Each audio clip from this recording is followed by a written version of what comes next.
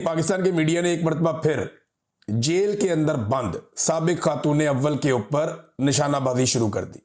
ये उन्होंने क्यों किया, ये मैं आपको अभी वीलॉग में आगे चल के बताता हूं। एक आर्टिकल छपा बुशरा बीबी के बारे में द इकोनॉमिस्ट ग्रुप के डिजिटल मैगजीन 1843 में।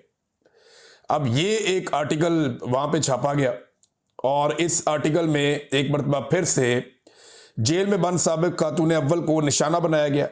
इससे पहले उन्हें आसमा शरादी साहिबा ने भी उनके बारे में ऐसी चीज़ें लिखी थी।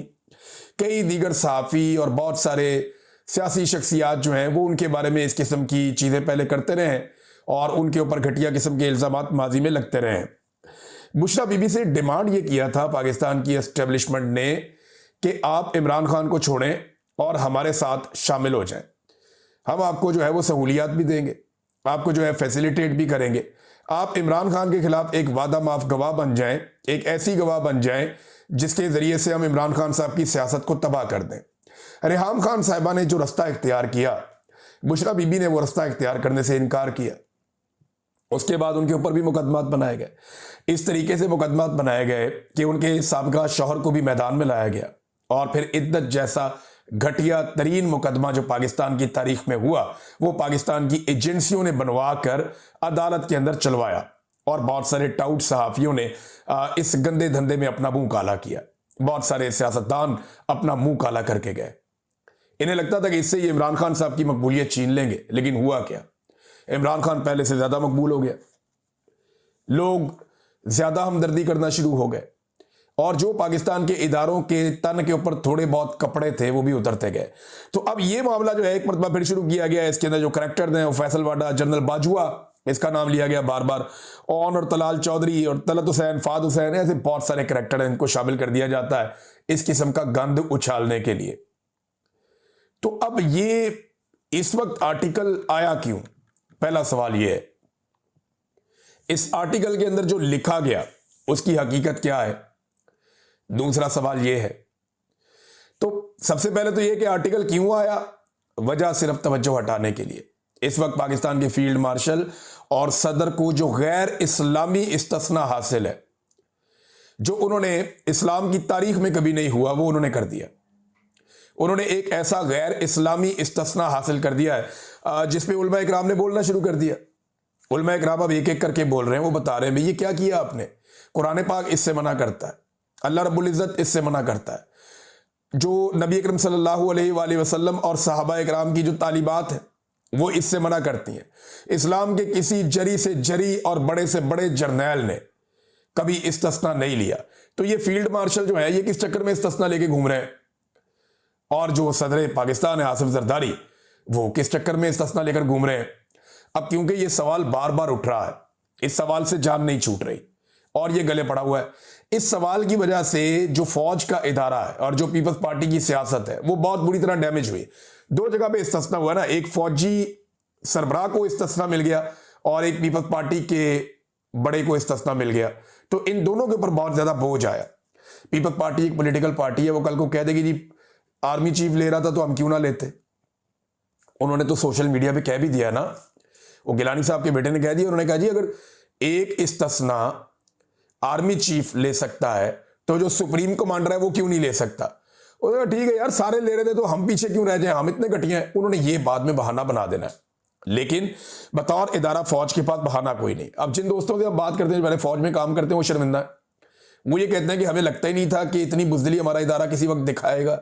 यानी इतनी बहादुर और इतनी शानदार फौज का ऐसा बुजदिल जर्नैल क्या हो सकता है, यह सवाल अब उठाया जा रहा है। और जब उलमा इकराम बोलते हैं तो बहुत ज्यादा तकलीफ होती है, बहुत ज्यादा रोला पड़ता है। तवज्जो हटाओ मुहिम अब शुरू की जाएगी। तवज्जो हटाने के लिए सबसे पहले तो आप देखें कि ड्रोन हमले बहुत तेज हो गए जो मुबैना तौर पे हो रहे हैं बाजोड़ में। फिर एक हमला जो है वो खैबर में रिपोर्ट हुआ, सुहेल अफरीदी गए और जाकर जख्मियों से भी मिले। अभी एक नई इतला आई है एक और ड्रोन हमले की मेरे पास, और ये भी मालूमात अब गर्दिश करना शुरू हो गई हैं कि क्रिकेट ग्राउंड के ऊपर एक ड्रोन हमला किया गया है। ये लकी मरवत में ड्रोन हमला क्रिकेट ग्राउंड में, और अब तक जो इतलात हमारे पास आई हैं उसमें 4 अफराद इसमें जख्मी हुए हैं मुबैना तौर पे।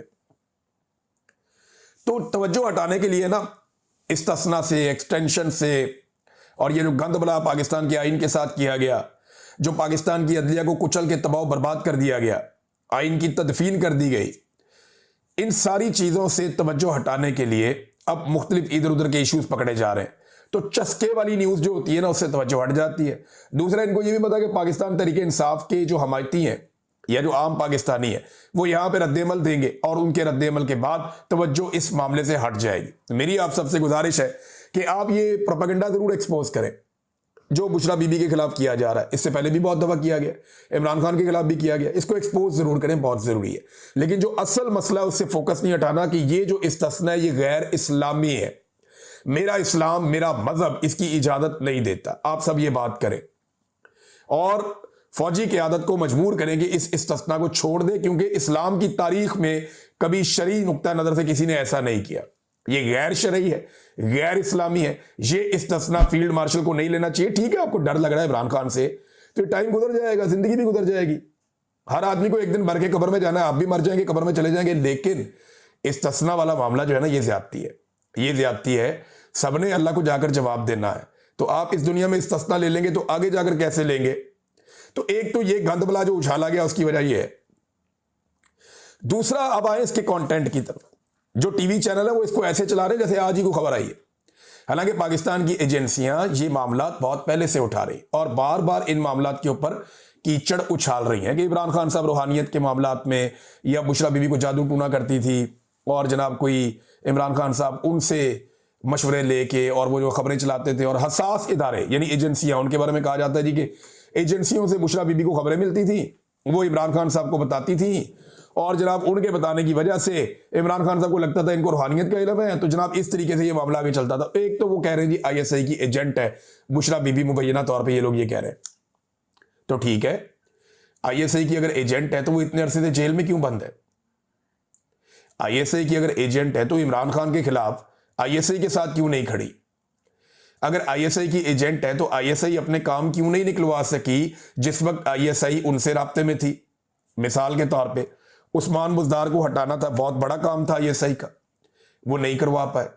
लाहौर में एक बहुत बड़ा ग्रीन एरिया है, उसको ब्राउन एरिया में कन्वर्ट करके लाहौर को बर्बाद करना था, इमरान खान साहब से क्यों नहीं करवा पाई आईएसआई उस वक्त बुशरा बीबी से कहकर?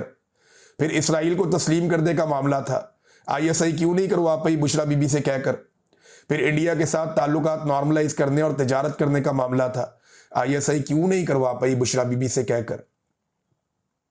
फिर एब्सोल्युटली नॉट जो इमरान खान ने कहा, वो तो आईएसआई को और फौज को पसंद नहीं था, तो आईएसआई क्यों नहीं इमरान खान को रोक पाई?